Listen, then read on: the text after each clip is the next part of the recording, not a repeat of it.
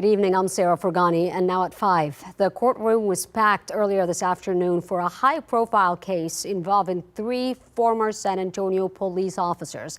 2 officers are now charged with murder. 1 is charged with aggravated assault with a deadly weapon.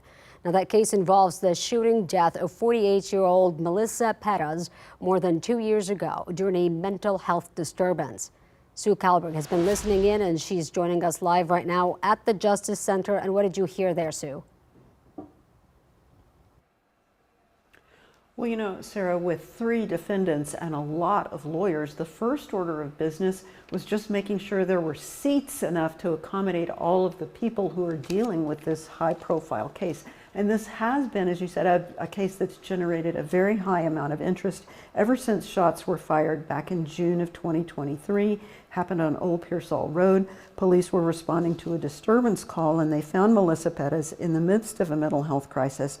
The officers say she broke windows and she threatened them with a hammer, so the officers opened fire. Now, in opening statements, the jurors heard both sides lay out their cases. The prosecutors said the officers were aggressively acting against a woman who was essentially hanging out in her own apartment, kind of implying that maybe if they had backed off, all of this could have been avoided.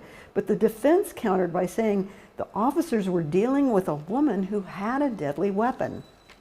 The evidence will show they were right and she was wrong.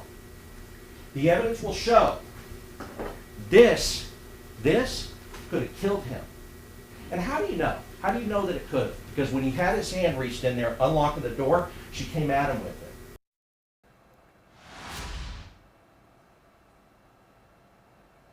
it. Now, keep in mind, opening statements aren't evidence and lawyers aren't witnesses. So there is still plenty more to go. We've heard from 2 witnesses so far this afternoon, and they're still at it. They're going to be at it for quite a while still. Live at the Justice Center, Sue Kalberg, KENS 5.